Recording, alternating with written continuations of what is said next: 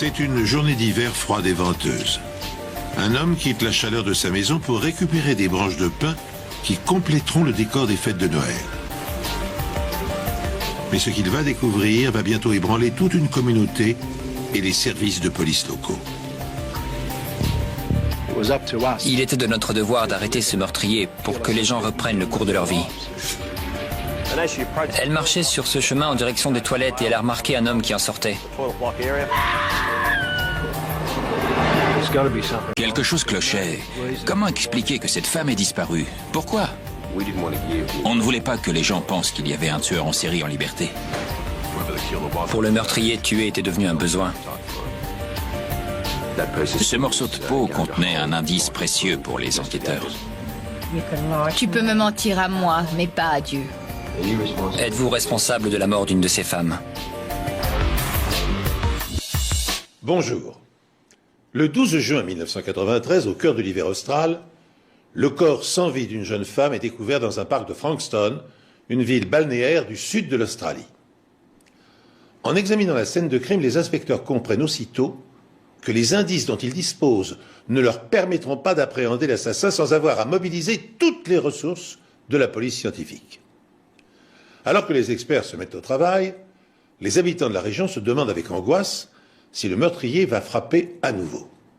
Chaque jour qui passe augmente la menace et peu à peu, le cauchemar s'installe. On nous a appelés vers 20h environ. C'était vraiment une soirée abominable. Les éléments étaient déchaînés, le vent, la pluie. Pour nous, ça a sérieusement compliqué les choses. Le risque de passer à côté d'indices et de preuves importantes était énorme dans une situation comme celle-ci. Les preuves biologiques qu'on aurait voulu retrouver étaient des échantillons sanguins et autres fluides corporels. Mais avec ces conditions météo, selon toute probabilité, on avait peu de chances d'en trouver. Le criminel ne pouvait pas espérer de meilleures conditions pour commettre ce meurtre. Ça a été vraiment difficile de réunir des preuves sur la scène du crime. La victime était une jeune fille. Elle était sur le dos et une branche très fine était posée sur elle. Je ne vois d'ailleurs aucune explication à la présence de cette branche. Ça ne servait pas à dissimuler le corps. En ce qui concerne la question de l'agression sexuelle, son survêtement n'avait pas été enlevé, mais le haut du corps était exposé. Il y avait des plaies importantes au niveau de la gorge qui, selon moi, à ce moment-là, étaient la cause du décès. L'autopsie a révélé de nombreux bleus et abrasions sur les bras et les mains, ce qui laisse penser que la victime a tenté de se défendre. Mais aucune des blessures observées sur les bras et les jambes n'a pu être causée par un couteau ou un objet tranchant. Ce qui laisse suggérer que la victime a perdu connaissance avant d'être attaquée avec un couteau. Les yeux injectés de sang de la victime sont révélateurs de ce qui s'est passé. Autour des yeux, dans la paroi oculaire et à l'intérieur des paupières, on a pu observer de petites hémorragies connues sous le nom d'hémorragie pétéchiale, ce qui accrédite la thèse de la mort par strangulation. On a aussi remarqué des contusions plus légères qui laissent supposer que le corps a été déplacé et peut-être traîné. Ce qui nous donne un aperçu du modus operandi de l'assassin. Mais les plaies sur la poitrine de la victime sont une signature très troublante. Il n'y avait ni contusion, ni présence de sang au niveau des parties charnues. Donc, ces mutilations ont lieu post-mortem. Ce qui m'a interpellé, tout comme le reste de l'équipe, c'est cette croix sur la poitrine. On s'est demandé si c'était satanique, si on avait affaire à une personne qui tuait pour les sensations que ça lui procurait. Qu'est-ce qui l'a poussé à tuer? Il ou elle d'ailleurs, parce que ce n'est pas propre à un genre en particulier. La police apprend qu'on a signalé la disparition d'une jeune fille de 18 ans. Les enquêteurs intensifient leurs recherches. Le lendemain matin, les conditions météo étaient bien meilleures. Il ne pleuvait plus. Le lieu était beaucoup plus exploitable pour nous. À proximité de l'endroit où le corps a été découvert, on a retrouvé un sac de sport bleu et blanc qui contenait plusieurs manuels scolaires. et certains portaient le nom d'Elizabeth Stevens. Le corps d'Elizabeth Stevens a été retrouvé dans un fossé d'écoulement très tard samedi soir, à la Lloyd Recreation Reserve, située à moins d'1 kilomètre de chez elle. Originaire d'Hobart, elle était inscrite à Frankston et habitait chez son oncle à Long Warren. On ne pouvait pas croire qu'il s'agissait d'elle. On s'attendait à la voir passer la porte. La brigade des homicides ne dispose d'aucune piste vraiment concrète et essaie toujours d'établir le mobile de ce meurtre violent. Il tente en ce moment de reconstituer l'emploi du temps d'Elizabeth Stevens. Reconstituer les dernières heures de la victime était d'une importance capitale pour l'enquête. On savait qu'elle avait laissé un mot à l'attention de son oncle et de sa tante disant qu'elle allait à la bibliothèque. Elle y a indiqué qu'elle rentrerait aux environs de 20 heures. On savait donc qu'elle s'était déplacée et qu'elle était allée vers le quartier des affaires de Frankston. On a pu établir qu'Elizabeth avait appelé sa sœur et qu'elle avait prévu d'aller la voir le lendemain.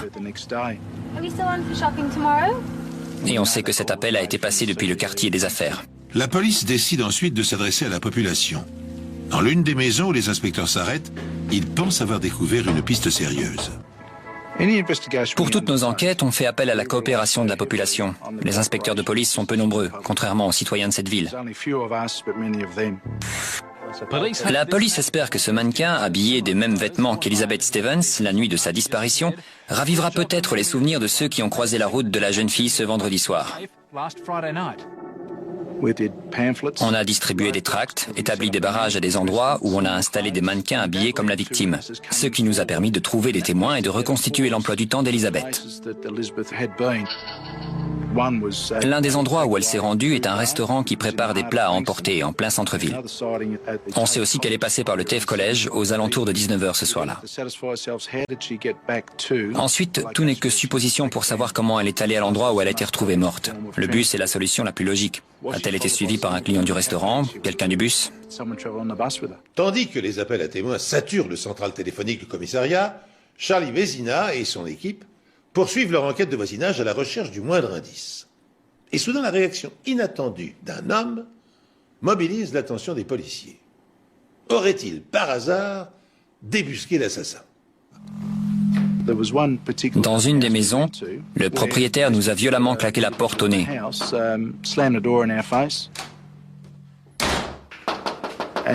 Ce qui a forcément éveillé nos soupçons.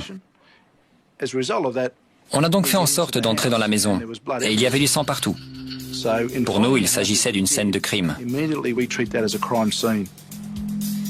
Mais en fait, le propriétaire s'était auto-mutilé et c'est tout. Mais il nous a fallu des heures pour l'éliminer de la liste des suspects. Pour la police, c'est presque un retour à la case départ. On passe d'un état d'excitation à l'abattement.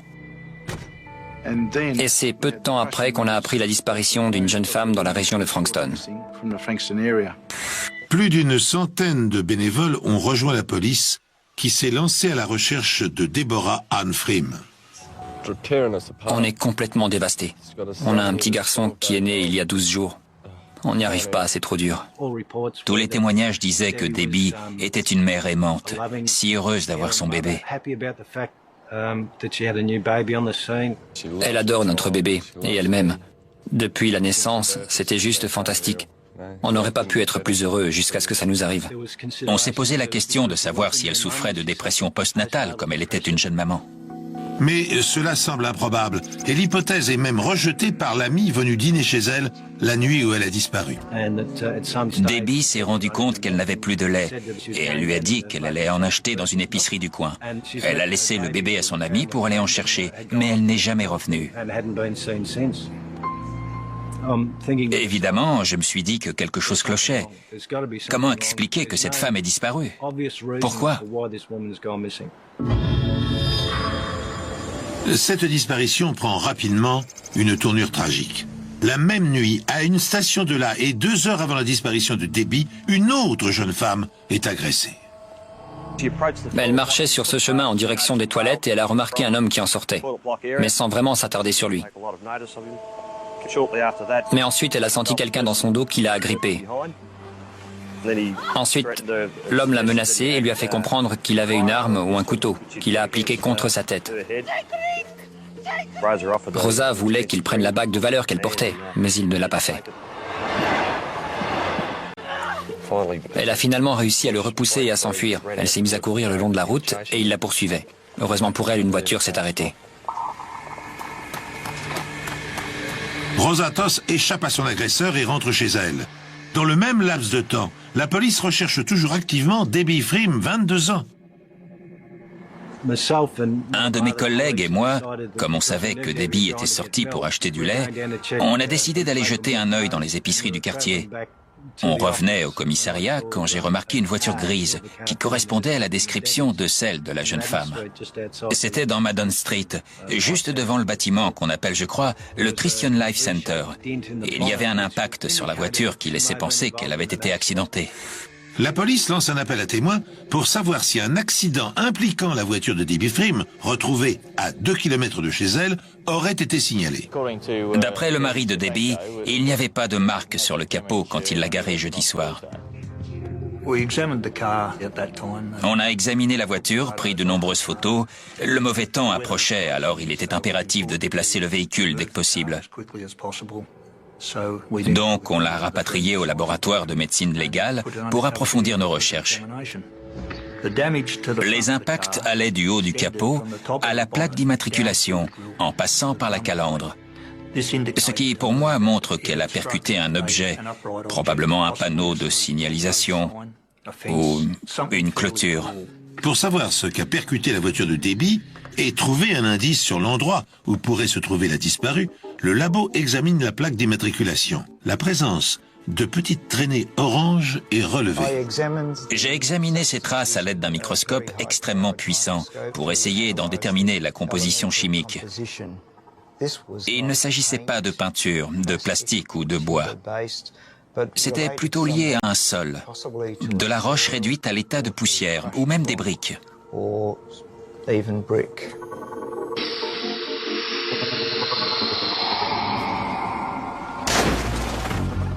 La voiture de Debbie a percuté un mur de briques.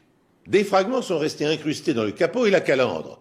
C'est l'hypothèse que retiennent les experts de la police scientifique. Pour autant, l'accident est-il survenu quand la jeune femme allait acheter son lait ou sur le chemin du retour? Comme ses courses et son portefeuille ont disparu, une autre question se pose.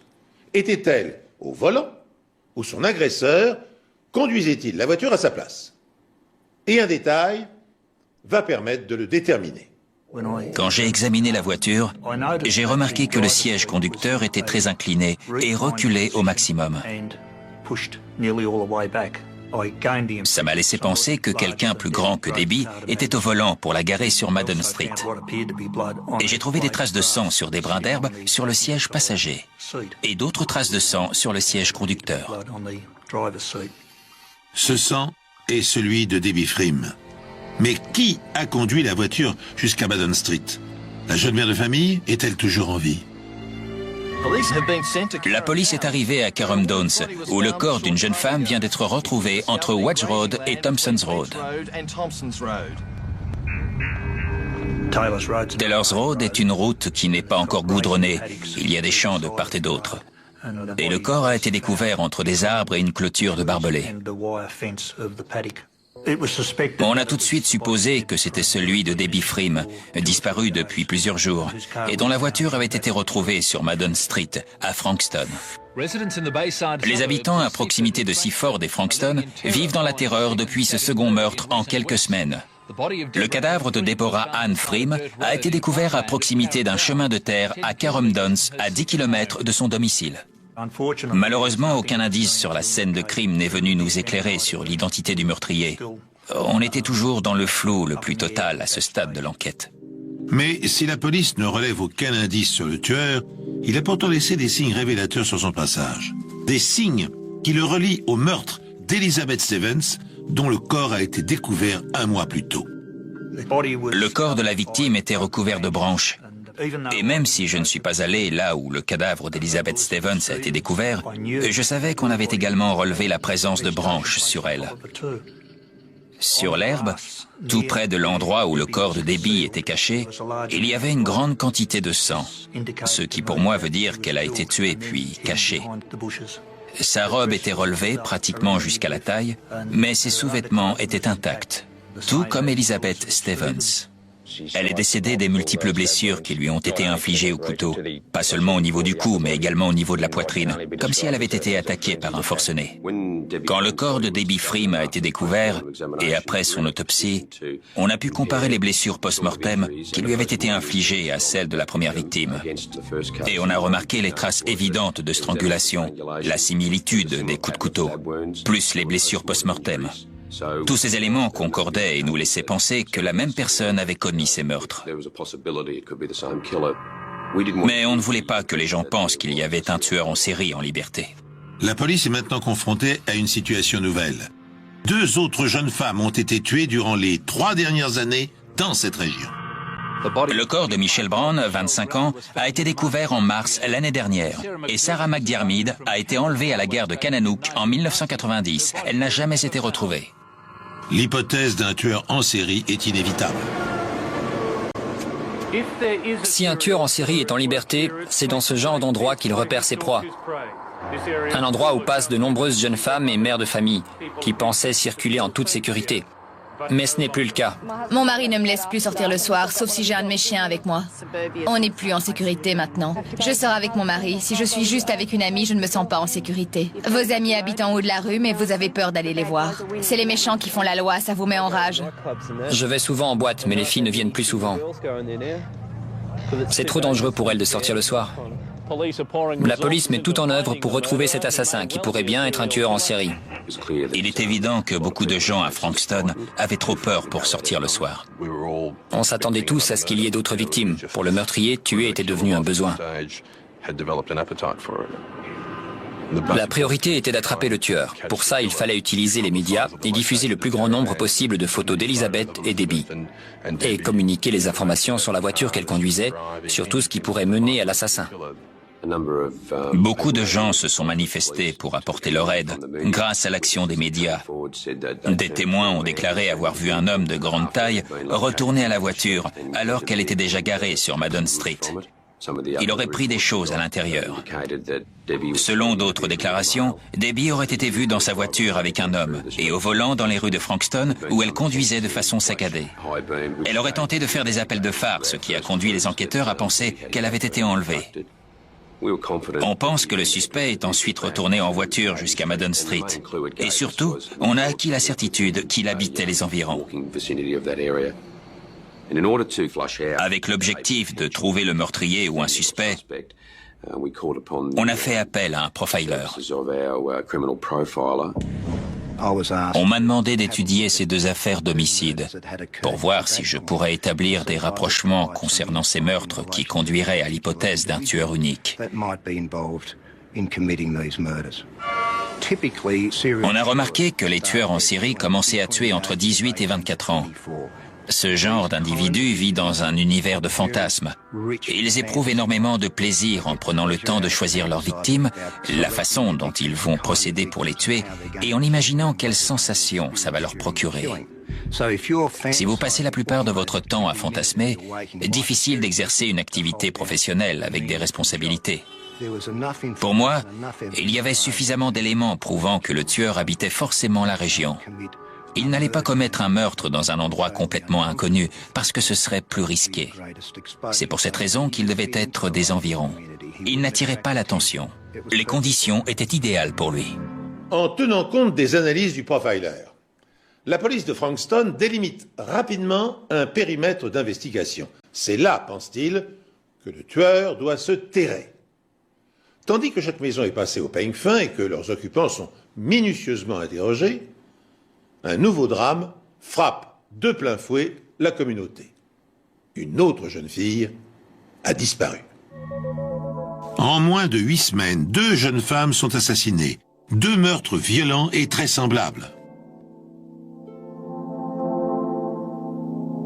La police ne dispose que de peu d'indices, mais n'hésite pas à déployer des forces supplémentaires pour prévenir les habitants du danger, tout particulièrement la nuit.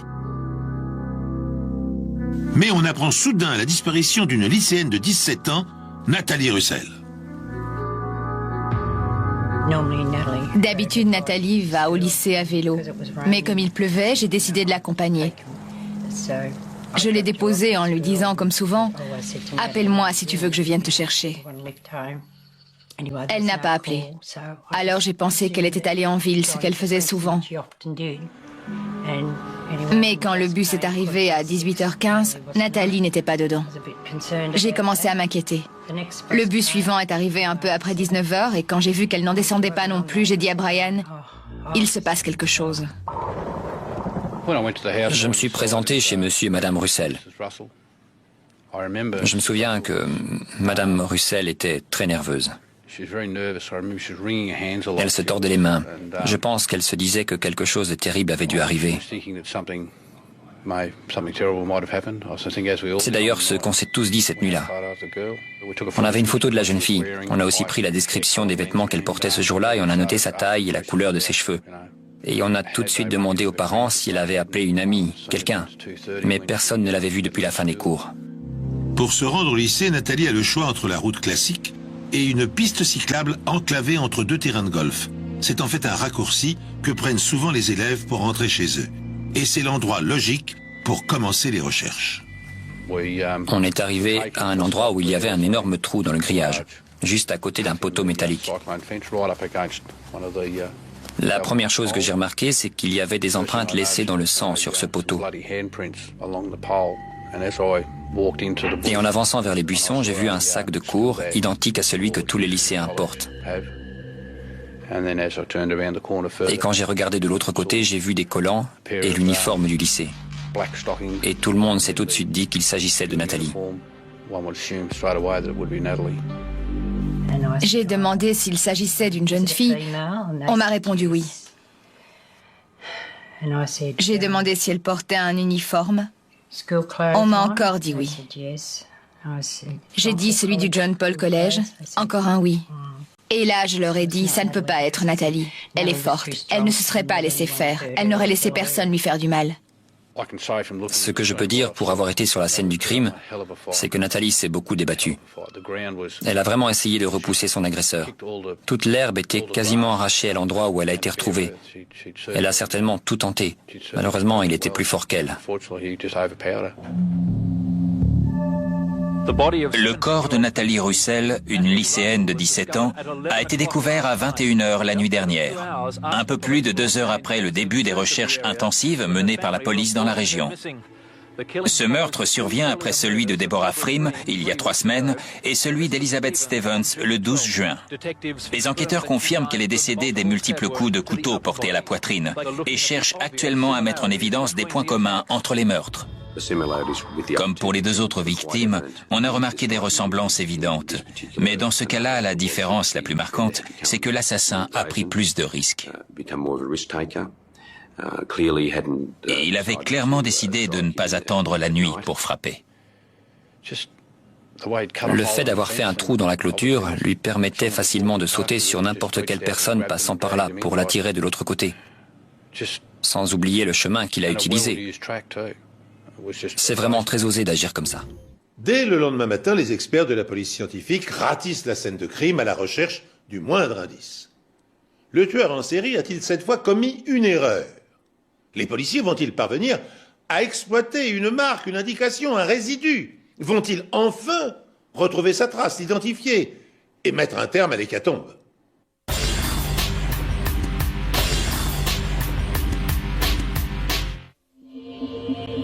On a tout de suite remarqué cette ouverture dans la clôture. Un peu plus loin, on en a trouvé une autre, et une dernière sur la clôture d'en face. J'ai aussi récupéré des morceaux de grillage qui s'étaient détachés de la clôture. Et ça, c'était un élément très important, parce que le fait de trouver quel outil avait permis de faire ce trou nous donnerait des indices sur la scène du crime. Pour ce qui est du trou situé au nord du chemin, on a trouvé une grande quantité de sang sur un des poteaux. Le fait que ce soit celui de l'assassin était une possibilité, mais c'était peut-être celui de Nathalie. Cette ouverture dans la clôture donnait sur un endroit plein de végétation, où on a retrouvé le corps de la victime. On a retrouvé un genre de lanière en cuir, très semblable à celle que l'on fixe à des jumelles. Et il y avait du sang dessus. Et si on les avait utilisées pour étrangler la victime, elles auraient cassé. Et c'est précisément ce qui est arrivé. Le rapport d'autopsie fournit lui aussi des pistes sérieuses. Dans la plus grave des lésions au niveau du cou, on a retrouvé un morceau de peau de 2,7 cm sur un demi-centimètre. On a procédé à une analyse plus poussée. On y a relevé des stries, ce qui laisse suggérer que cette peau provient d'une main. Et apparemment, pas de celle de Nathalie. Ce morceau de peau allait devenir un indice précieux pour les enquêteurs. Des tests ADN allaient nous permettre de faire un rapprochement entre la scène de crime et l'assassin. C'était le lien entre Nathalie et son agresseur. Police et bénévoles sont toujours à la recherche d'indices. Des dizaines de golfeurs ont été privés de parcours aujourd'hui.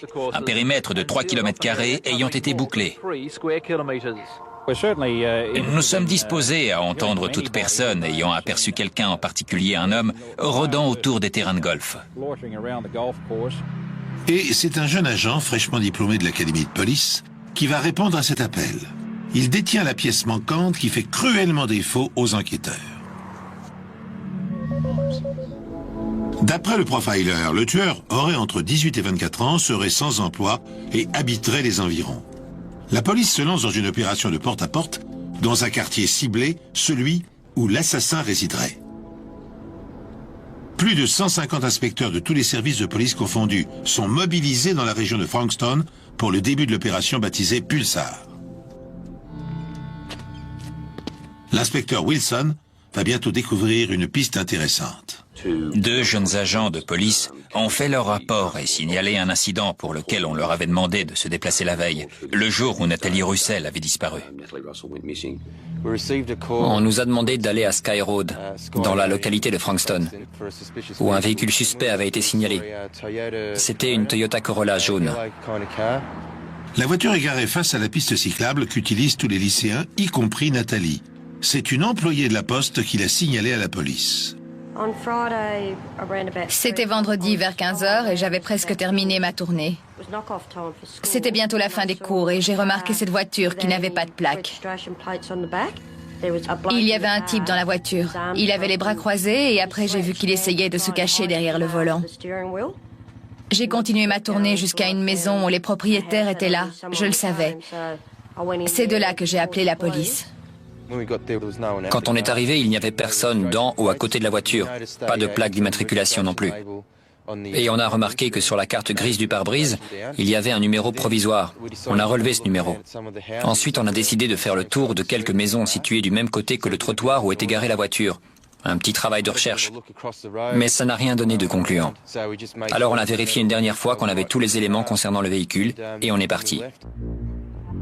Le lendemain, ils ont fait leur rapport concernant ce véhicule et ça nous a permis de vraiment avancer dans l'enquête.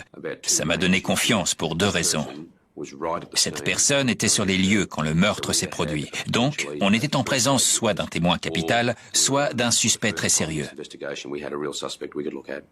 La voiture est immatriculée au nom de Paul Charles Denyer. Denyer habite au cœur de la zone ciblée par la police et par le profiler. Le cauchemar qui hante les habitants de Frankston est-il sur le point de s'achever? L'assassin va-t-il être identifié? Les chances sont minces, car au premier abord, Denyer n'a pas le profil d'un tueur en série. On a frappé à sa porte et Paul nous a invités à entrer. Il semblait plutôt détendu. Il s'est montré très coopératif, notamment dans ses réponses à nos questions. J'ai remarqué qu'il avait plusieurs coupures sur les mains. J'ai fini par lui demander de se présenter au commissariat de Frankston. Vous n'êtes pas tenu de dire ou faire quoi que ce soit, mais ce que vous direz ou ferez pourra être retenu contre vous. Vous comprenez? Oui. Âge et lieu de naissance? J'ai 21 ans, je suis né le 14 avril 1972. Vous êtes citoyen australien? Oui. Une activité salariée? Non, sans emploi en ce moment. Ce qu'on aimerait maintenant, Paul, c'est que vous nous disiez ce que vous avez fait depuis hier matin pour commencer. Je me suis levé vers 7h30, 8h moins 20, 7h30 ou 8h moins 20. Pendant l'interrogatoire, Paul Denyer s'est montré très cohérent par rapport aux réponses qu'il nous avait déjà données chez lui. Et en redescendant Carringle Drive, j'ai remarqué que la voiture chauffait vraiment. C'est pour ça que je me suis arrêté à Sky Road. Et juste à côté, c'est là qu'il y a un terrain de golf. Je me suis arrêté pour regarder sous le capot de la voiture et j'ai vu que quelque chose s'était desserré. Cet après-midi, chez vous, j'ai remarqué que vous aviez des coupures sur les mains. Pourriez-vous les poser à plat sur ce bureau, s'il vous plaît? C'est une longue estafilade ici. Vous pouvez nous dire comment et quand c'est arrivé? Hier, en regardant la voiture. Et comment exactement? Le ventilateur tourne dans ce sens. Moi, je me tenais devant la voiture avec ce ventilo qui tourne. Et là, il y a l'alternateur. Et en dessous, il y a des câbles sous le radiateur. Et il y avait un câble sur le dessus que j'avais installé pour un phare. Et c'est sûrement quand je m'en suis approché que le ventilateur m'a touché. Mais pourquoi avoir laissé le contact pour vous occuper du radiateur? Je ne suis pas très doué, en fait. Pendant que Paul Denyer détaille son emploi du temps, son appartement est fouillé. Je me suis rendu chez lui et j'ai participé à l'ensemble de l'opération. Demande de mandat, fouille des lieux et découverte des preuves. Les enquêteurs mettent la main sur des couteaux et plusieurs vêtements suspects. Dans la voiture, ils trouvent une paire de jumelles sans lanière et parmi ces nombreux outils, des pinces. Ça a forcément renforcé nos convictions. Rien à voir avec l'impression qu'on avait eue quand ce type nous avait claqué la porte au nez. Cette fois-ci, on savait qu'on était en présence d'un vrai suspect. Pour en avoir une confirmation scientifique, les pinces sont déposées au laboratoire médico-légal. Elles sont utilisées pour couper du fil de fer barbelé. Chaque paire de pinces laisse une marque bien distincte lorsqu'elle est utilisée pour couper, comparable aux empreintes digitales chez l'homme. Toute trace d'usure, toute imperfection sur les lames se reporte sur le fil qu'elle coupe. Ces tests en laboratoire sous microscope révèlent que les marques laissées sur le fil de fer barbelé sont identiques à celles de la clôture sur la scène de crime. Savez-vous qu'une jeune fille a été assassinée à Frankston? Oui. On est samedi aujourd'hui. Quand l'avez-vous appris? J'ai vu des voitures de police arriver ce matin quand j'arrivais sur Sky Road. Il y avait des bénévoles aussi. Pardon, vous avez vu les bénévoles et tout le reste sur Sky Road? Oui. Ils avaient mis des bandes blanches pour barrer la route. Je vous ai vu, vous. Quoi, moi? Oui, vous. Avec un autre type. Et que faisiez-vous à ce moment-là? Où alliez-vous ou que faisiez-vous? À chaque fois, il semblait capable de fournir une bonne réponse. Ce qu'il était en train de faire, où il était, ce qui a forcément éveillé nos soupçons, parce que personne ne se souvient jamais de tout dans les moindres détails. Plus déroutant encore, Paul Denyer semble se rappeler de chaque minute de son emploi du temps le jour des meurtres d'Elizabeth, Debbie et Nathalie. Hier, votre voiture était garée en face de l'endroit où le corps de Nathalie Russell a été retrouvé. La nuit où Debbie Freeman a disparu, vous vous rendiez à la gare de Kananook. Vous avez raté votre train et avez fait demi-tour. Et la nuit où Elizabeth Stevens a disparu, vous étiez à proximité de Lloyd Park, où vous deviez récupérer une batterie. Pour vous, il ne s'agirait que de coïncidence? Oui, c'est le cas. À chaque fois? Oui.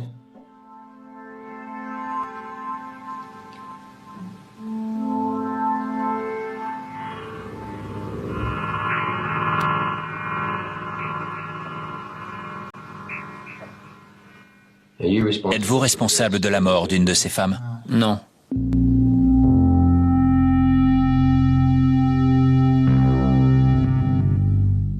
Tout au long de son interrogatoire, Paul Denyer fait preuve d'un sang-froid étonnant. Il répond avec calme et précision aux questions de Rod Wilson, avance des arguments logiques et crédibles pour justifier sa présence à proximité des scènes de crime et finit même par semer le doute dans les esprits des enquêteurs. En dernier ressort, le policier lui demande de se soumettre à une comparaison d'échantillons d'ADN. Un test imparable, fiable, à plus de 99%. Et cette proposition fait basculer l'interrogatoire et désorganise complètement le système de défense du suspect. La police continue d'interroger le suspect principal, Paul Charles Denyer. Sa voiture était garée à proximité de l'endroit où le corps de Nathalie Russell a été découvert. Dans son appartement ont été retrouvés des éléments permettant de le relier à la scène de crime. Et sur ses mains, on relève la présence de coupures suspectes. On a besoin d'effectuer un prélèvement sanguin pour confirmer ou infirmer votre implication dans ces meurtres. On lui a demandé d'effectuer un prélèvement, ainsi que l'autorisation de prélever d'autres tissus pour les comparer à ceux trouvés sur Nathalie Russell. C'était le seul moyen de le relier au meurtre. On va faire une pause. Vous voulez un café ou un verre d'eau? Un autre café. Vous le prenez comment? Avec du lait et de sucre. Je vous fais apporter ça. On fait une pause.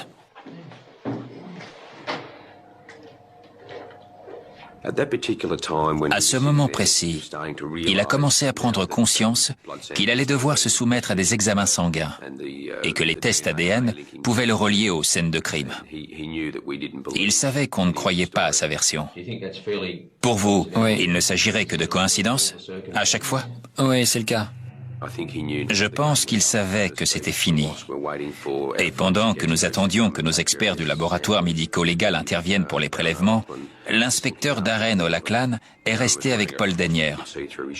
Darren portait une croix autour du cou et Paul lui a demandé s'il était croyant. Et la conversation s'est engagée sur ce thème. Vous avez parlé à l'inspecteur O'Lachlan et vous lui avez dit que vous étiez responsable des meurtres de 3 femmes. Est-ce exact? Pourriez-vous nous expliquer avec vos mots à vous ce qui s'est passé concernant la mort d'Elizabeth Stevens à Langwarren? Je l'ai vu descendre du bus.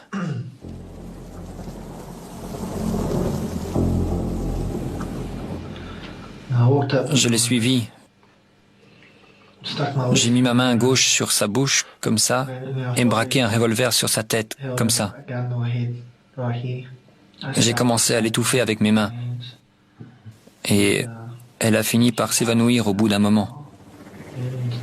Après, j'ai sorti un couteau.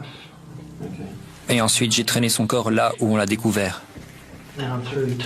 Et j'ai mis 2 branches d'arbres sur elle. Pouvez-vous me dire pourquoi vous l'avez agressée cette nuit-là? Parce que c'est juste que j'ai ressenti cette envie. Quel genre d'envie? Vous pouvez être plus précis? J'ai eu envie de tuer. À partir du moment où il a admis les faits, il n'a absolument pas cherché à dissimuler quoi que ce soit. Il était évident qu'il voulait nous raconter tout ce qui s'était passé. Dites-nous ce qui est arrivé. La voiture était garée là. On parle de celle de Debbie Frim? Oui, une Nissan Pulsar. Je marchais dans cette rue. Je l'ai vue descendre de voiture. Elle est entrée dans cette épicerie et moi je suis monté à l'arrière. La voiture était garée juste en face, ce qui fait que je pouvais la voir d'où j'étais. Pourquoi l'avoir choisie, elle? J'ai ressenti le besoin de le faire à ce moment-là. Et ensuite, que s'est-il passé? Elle est ressortie. Je l'entendais avancer vers la voiture et moi j'étais caché à l'arrière. Elle est remontée en voiture sans me voir. Elle a commencé à manœuvrer pour faire demi-tour. C'est là que j'ai sorti un revolver. Elle a foncé dans ce mur. Elle l'a percuté où? Ici, je crois. D'où l'impact sur le capot. Et après, vous avez pris la direction de Kananook Avenue? Il était complètement détaché de tout ça, comme si cela n'était jamais arrivé. Il racontait les choses avec beaucoup de froideur.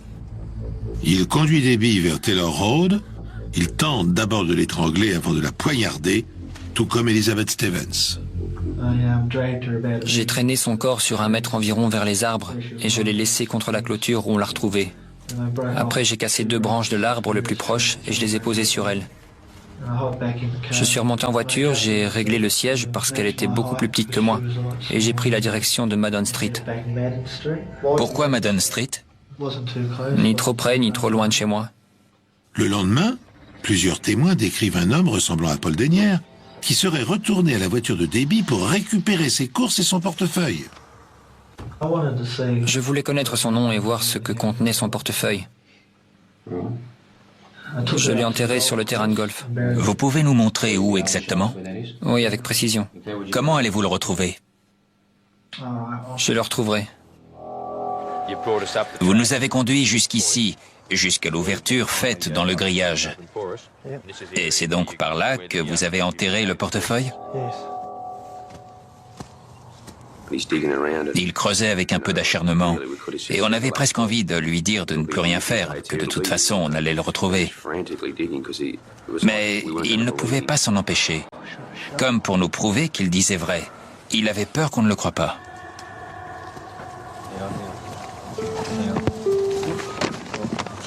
Vous pouvez le tenir comme ça, et le secouer un peu pour enlever la terre. C'est donc là que vous l'aviez enterré. Il appartient à... Debbie Frim. 3 semaines plus tard, la police et l'assassin retournent sur les lieux. Vous pouvez nous parler de ça? Ce jour-là, j'étais venu ici plutôt pour faire des trous dans le grillage. Avec quoi? Des pinces. J'étais installé ici et j'ai regardé Nathalie Russell arriver. Je suis passé par cette ouverture et j'ai attendu caché derrière les arbres. Jusqu'à ce qu'elle arrive à cette hauteur et prenne cette direction.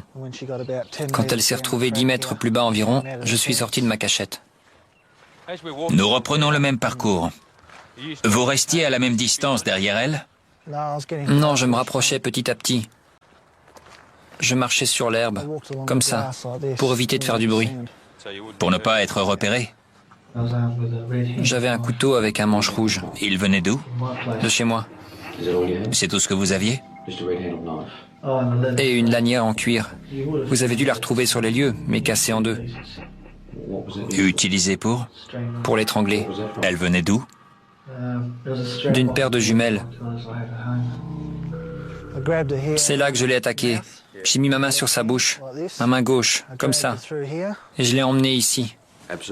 Il n'éprouve absolument aucun remords pour ce qu'il a fait. La sincérité de sa confession est terrifiante, et la façon dont il a décrit ce qu'il a fait à ses victimes, sans montrer la moindre émotion, c'est pénétrer dans un univers effroyable. Pourquoi l'a tué?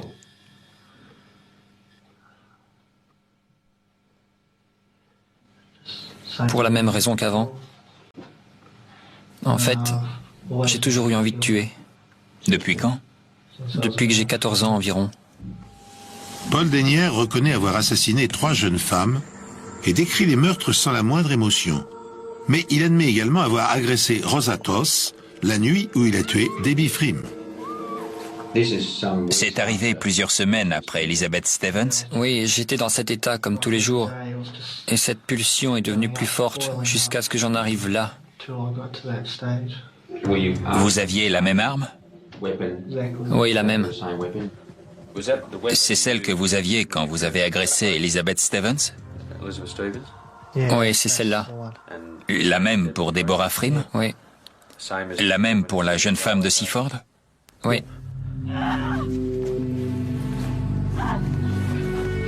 Si cette femme ne s'était pas enfuie, qu'auriez-vous fait? Je l'aurais tuée. Rosa n'est pas la seule à avoir échappé au tueur. Ça fait plusieurs années que je repère des femmes comme ça, à Frankston. J'attendais juste l'opportunité de passer à l'acte, le bon moment.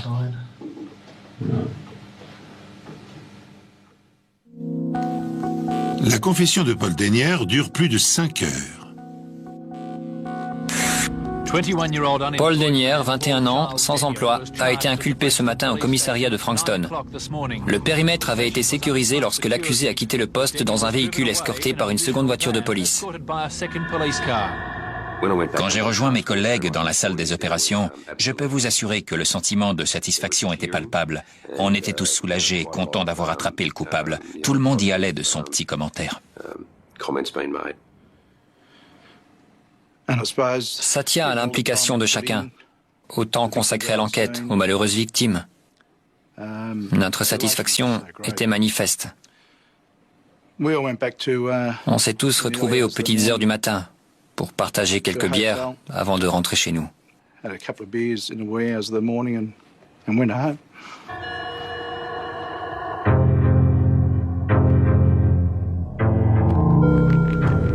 Quand tout a été terminé, il s'est levé, il s'est avancé vers moi, il est resté devant moi et il a juste dit « Je suis désolé ». Et je me suis dit « Tu peux me mentir à moi, mais pas à Dieu ». Une fois le jugement rendu, la presse révèle des pans entiers de la pitoyable existence de Paul Dennière. On apprend ainsi que le profil de l'assassin coïncide en tout point avec celui d'un tueur en série tel que les décrivent les manuels de criminologie. Issu d'une famille violente, fraîchement immigrée en Australie, Dennière est un enfant obèse, introverti, solitaire. Très jeune, il fait une chute et subit un traumatisme crânien. Puis, il est victime d'abus sexuels que lui inflige son frère aîné. Il témoigne ensuite d'un goût maniaque pour les couteaux, les pistolets qu'il confectionne jusqu'à l'obsession. Après avoir martyrisé l'ours en peluche de sa sœur, il tranche la gorge du chaton de la famille et suspend sa dépouille à un arbre. À l'âge de 13 ans, il vole une voiture. 2 ans plus tard, il est jugé pour avoir obligé un camarade à se masturber devant des enfants. Et l'escalade se poursuit, inexorable, terrifiante. Devenu adulte, il s'attaque à 2 chèvres dans le champ voisin de son travail qu'il dépece avec sauvagerie. Dès lors, plus rien ne semble pouvoir l'arrêter. Devenu asocial, il se fait licencié des emplois subalternes qu'il occupe. Enfin, en 1992, un an avant les meurtres, il cambriole l'appartement de ses voisins, détruit leur mobilier, lacère leurs vêtements, tue la chatte et ses chatons, les découpe en morceaux et éparpille leurs entrailles sur les murs. Que pouvait-il advenir d'un être à ce point pervers et perturbé? Seuls des soins psychiatriques appropriés auraient pu, peut-être, stopper le monstre avant qu'il ne s'en prenne à des jeunes filles. Pour nous, ça a vraiment été un énorme choc. Après avoir fait subir ces choses horribles à ces jeunes femmes, le fait que le tribunal n'ait prononcé qu'une peine de 30 ans pour 3 meurtres, c'est scandaleux. Malheureusement, combien de fois se retrouve-t-on confronté à cette situation? À leur sortie de prison, il recommence. Il ne pourra jamais s'en empêcher. C'est ce qu'il est, c'est tout. Un assassin.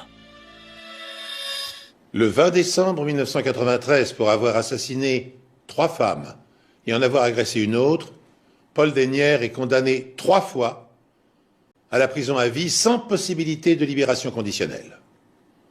En rendant son verdict, le juge déclare que la peur que le tueur en série a fait régner restera longtemps gravée dans les mémoires de milliers de femmes. Pourtant, 6 mois plus tard, Dennière fait appel du jugement et voit sa peine ramenée à 30 ans de réclusion incompressible.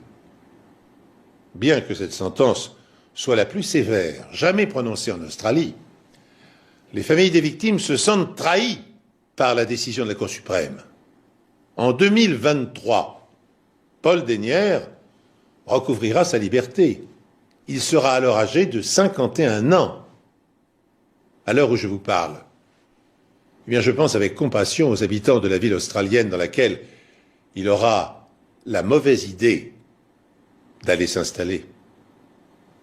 Ainsi s'achève cette émission. Merci de l'avoir suivi.